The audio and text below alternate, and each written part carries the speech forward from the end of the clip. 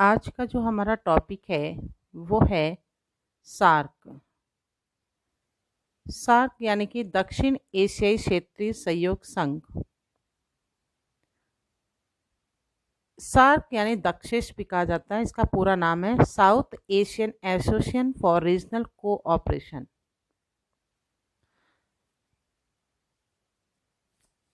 सात व 8 दिसंबर 1985 को ढाका में दक्षिण एशिया के 7 देशों के राष्ट्राध्यक्षों का सम्मेलन हुआ और सार्क की स्थापना हुई। ये जो देश हैं 7, वो देश हैं भारत, पाकिस्तान, बांग्लादेश, नेपाल, भूटान, श्रीलंका और मालदीव। दक्षिण एशिया के ये 7 पड़ोसी देशों की विश्व राजनीति में क्षेत्रीय सहयोग की पहली शुरुआत है। इन लोगों ने आपसी सहयोग बढ़ाने और तनाव समाप्त करने पर विशेष ध्यान दिया है। क्षेत्रीय सहयोग संघ के जन्म को युगांतकारी घटना, नए युग का शुभारंभ और सामूहिक सूझबूझ एवं राजनीतिक इच्छा शक्ति की अभिव्यक्ति भी कहा जा सकता है। दक्षिण एशियाई संघ के सदस्य देशों में लगभग 162 करोड़ लोग रहते हैं। इतनी अधिक जनसंख्या वाला यह संघ प्राकृतिक साधनों, जनशक्ति और प्रतिभा से भरपूर है।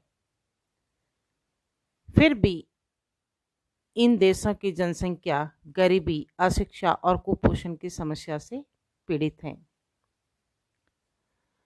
मालदीव को छोड़कर संघ के शेष सदस्य भारतीय उपमहाद्वीप के हिस्से हैं। ये सभी देश इतिहास, भूगोल, धर्म और संस्कृति के द्वारा एक दूसरे से जुड़े हुए हैं। विभाजन के पहले भारत, पाकिस्तान और बांग्लादेश एक ही प्रशासन और अर्थव्यवस्था के अभिन्न अंग थे, लेकिन स्वतंत्रता के बाद ये देश एक दूसरे से दूर होते गए। सार्क का जो विकास है वो धीरे धीरे हुआ है, स्लोली। और दक्षिण एशियाई ये क्षेत्रीय संगठन जो है उसको बनाने का जो विचार है वो बांग्लादेश के पूर्व राष्ट्रपति जिया उर रहमान ने दिया था। ध्यान दें बच्चों की बांग्लादेश के पूर्व राष्ट्रपति जिया उर रहमान ने इस क्षेत्रीय संगठन को बनाने का विचार दिया था। उन्होंने भारत, पाकिस्तान, नेपाल और श्रीलंका की यात्रा की थी। उसके बाद ही उन्होंने एक दस्तावेज तैयार करवाया जिसमें नवंबर 1980 में आपसी सहयोग के लिए 10 मुद्दे तय किए गए और बाद में इसमें पर्यटन और संयुक्त उद्योग को निकाल दिया गया। इन्हीं इसमें से चयनित मुद्दे आज सार्क के देशों के बीच सहयोग का आधार बना हुआ है। सार्क के ये 7 देशों जो है वो स्थापना के समय थे, लेकिन सार्क का जब 14वां शिखर सम्मेलन हुआ था 4 अप्रैल 2007 को नई दिल्ली में, उसमें एक और नए सदस्य अफगानिस्तान को भी 8वां सदस्य बनाया गया।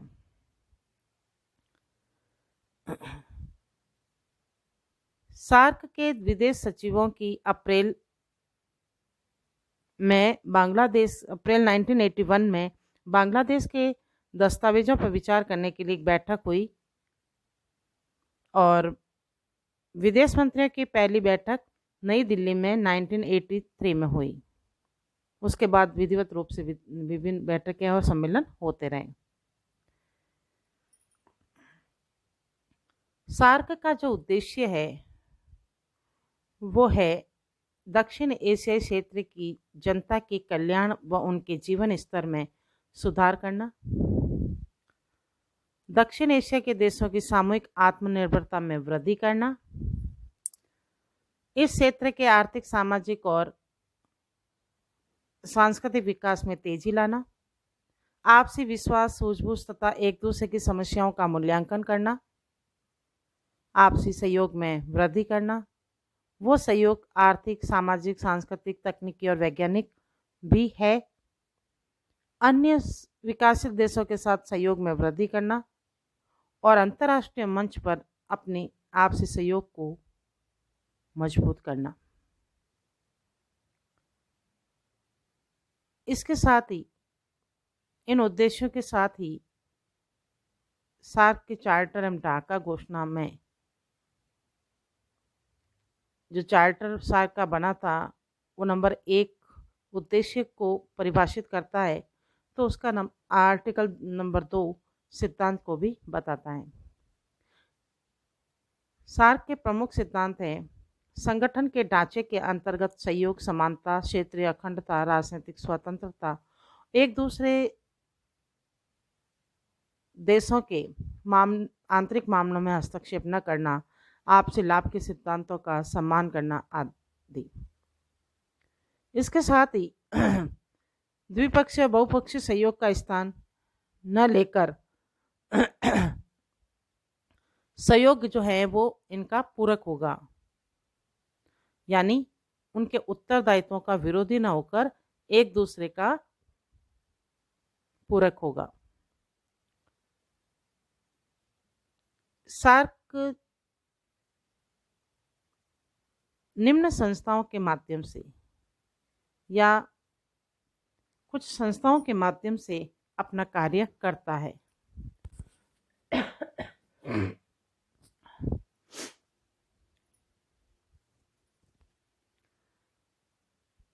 शिखर सम्मेलन,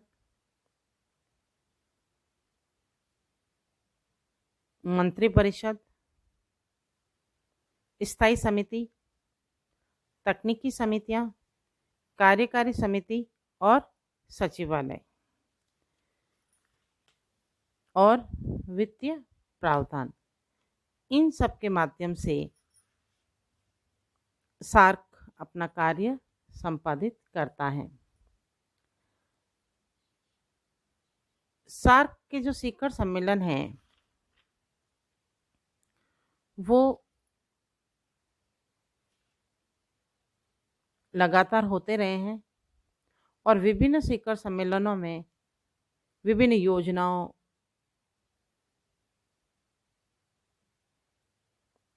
विभिन्न सहयोग और विभिन्न तरह के कार्यक्रमों को मद्देनजर रखते हुए शिखर सम्मेलन होते रहे हैं।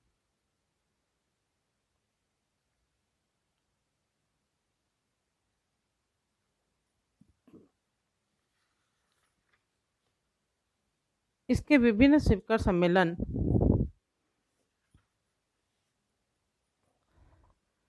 बहुत ही महत्वपूर्ण रहे हैं। एक महत्वपूर्ण बात यह है कि 19वां सम्मेलन जो 9-10 नवंबर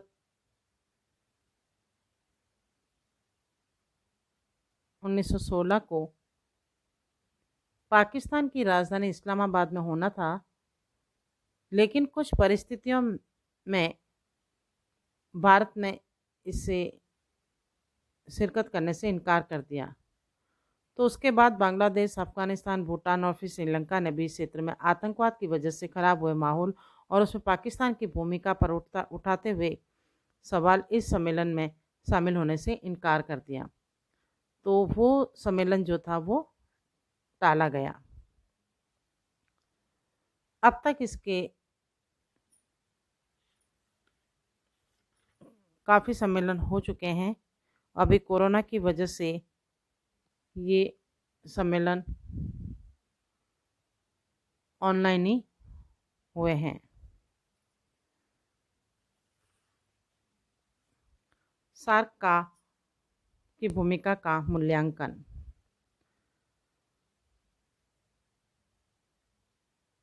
दक्षिण एशिया में समय बहुत तेज़ी से घूमा है। 30 वर्ष पहले के समय खास तौर पर भारत के तत्कालीन प्रधानमंत्री राजीव गांधी के प्रयासों से दक्षिण एशियाई क्षेत्रीय सहयोग संगठन अस्तित्व में आया। उसमें भारत, बांग्लादेश, भूटान, मालदीव, नेपाल, पाकिस्तान, श्रीलंका शामिल हुए। विश्व की 22% जनसंख्या को समेटने वाला यह विश्व का सबसे बड़ा क्षेत्रीय संगठन है और इस मंच पर द्विपक्षीय मुद्दे उठाना प्रतिबंधित कर दिया गया। ये सबसे महत्वपूर्ण बात है, क्योंकि अगर ऐसा होता तो पाकिस्तान कश्मीर का मुद्दा उठाता और भारत उसका जवाब भी देता रहता।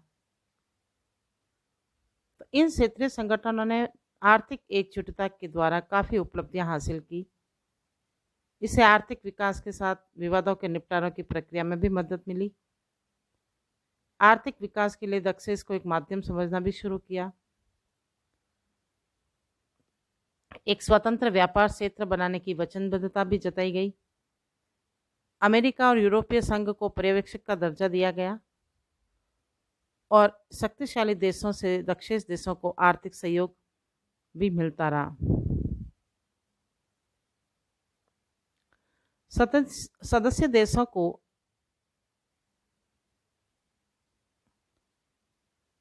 आज बहुत नुकसान उठाना पड़ रहा है, क्योंकि आर्थिक मंदी होने के कारण उनकी प्रगति की रफ्तार भी तेज नहीं हो पाई। एक क्षेत्रीय सहयोग के रूप में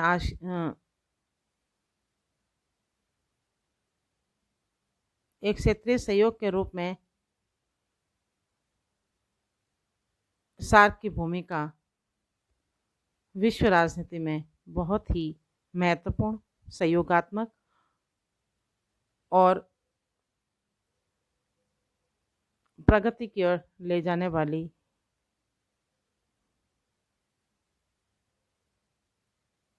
रही है।